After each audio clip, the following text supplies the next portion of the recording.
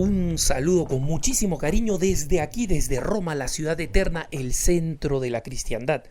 Es siempre una bendición decirlo cuando estoy por aquí, porque como lo he dicho ya, es una gracia de Dios incomparable estar donde está el centro de la iglesia viva, con todos sus defectos, con todos sus tropiezos, con todas sus limitaciones humanas. Pero aquí efectivamente uno puede ver algunos personajes de la iglesia que no necesariamente conmueven a uno o le dan sensación de ser super santos, pero esa no es la iglesia viva es el Santo Padre, son también sus colaboradores, pero la iglesia viva es la corriente constante de fieles pequeñitos, como el que les habla, no de tamaño, reconozco, ¿no?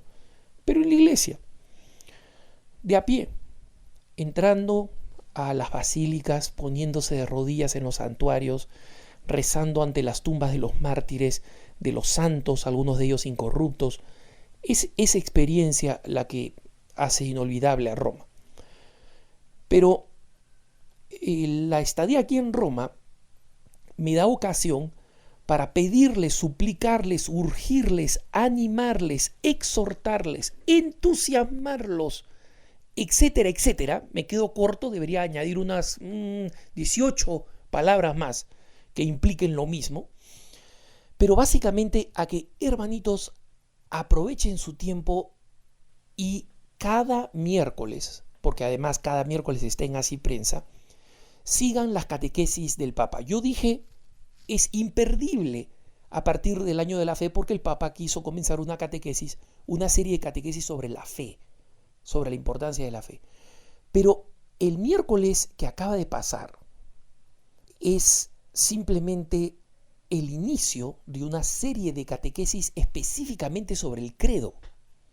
Y el Papa comenzó con la primera fórmula del credo: creo en Dios Padre.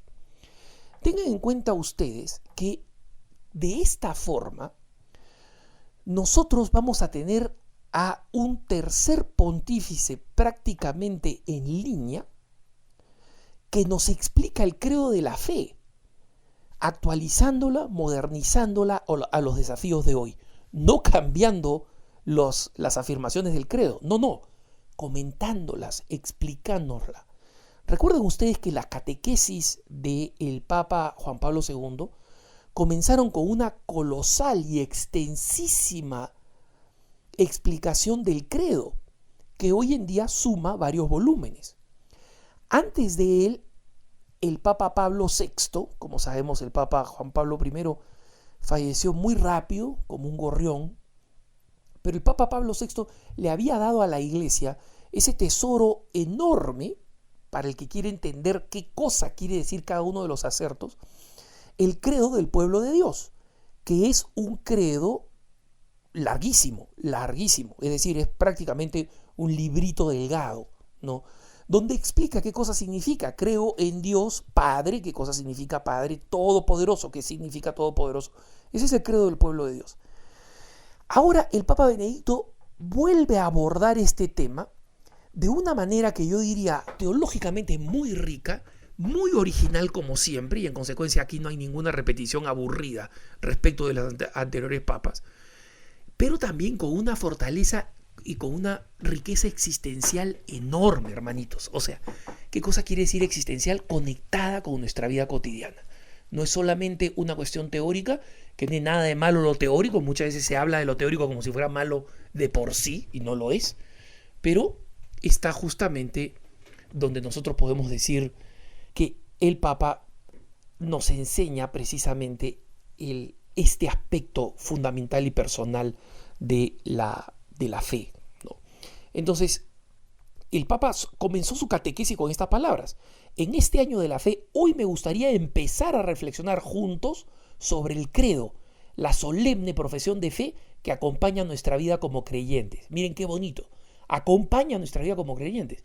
Es decir, el católico no es un tipo que el domingo dice el credo, no, lo dice el domingo en el contexto del acontecimiento más importante de su vida, que es la Sagrada Eucaristía, para que luego lo acompañe día a día en su vida.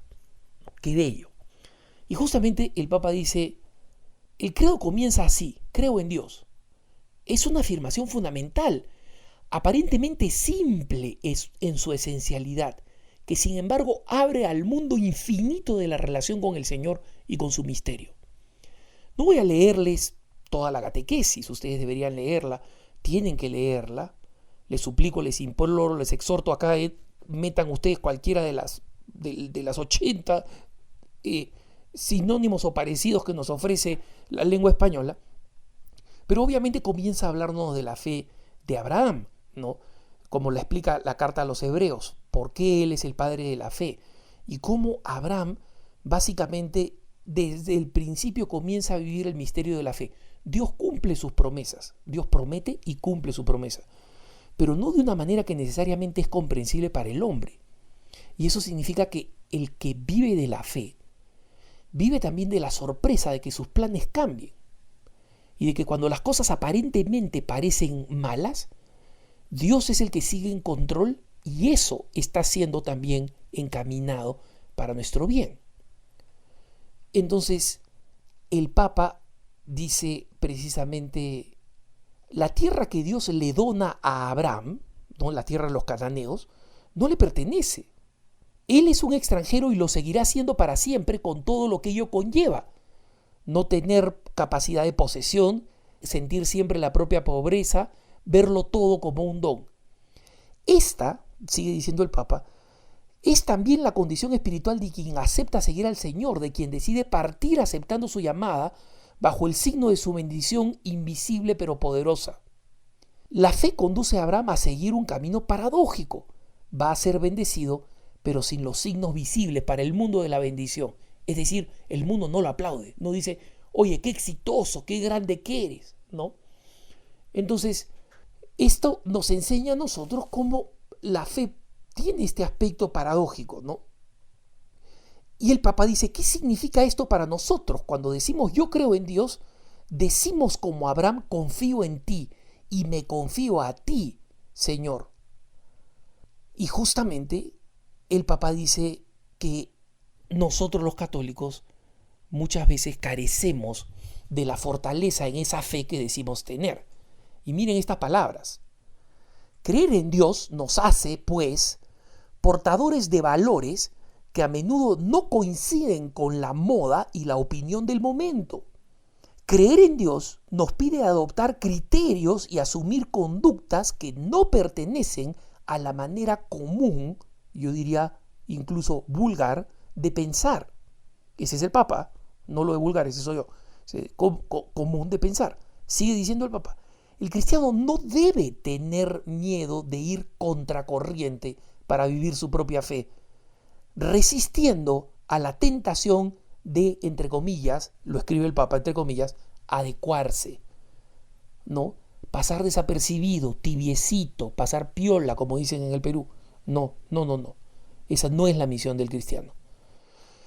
Y riquezas como estas, que solamente he recogido así los frutos más maduros, los que están más fáciles de alcanzar, digamos, de este árbol maravilloso que el Papa ha sembrado, es un ejemplo nada más de la enorme riqueza que hay, hermanitos, y que nosotros no nos podemos perder.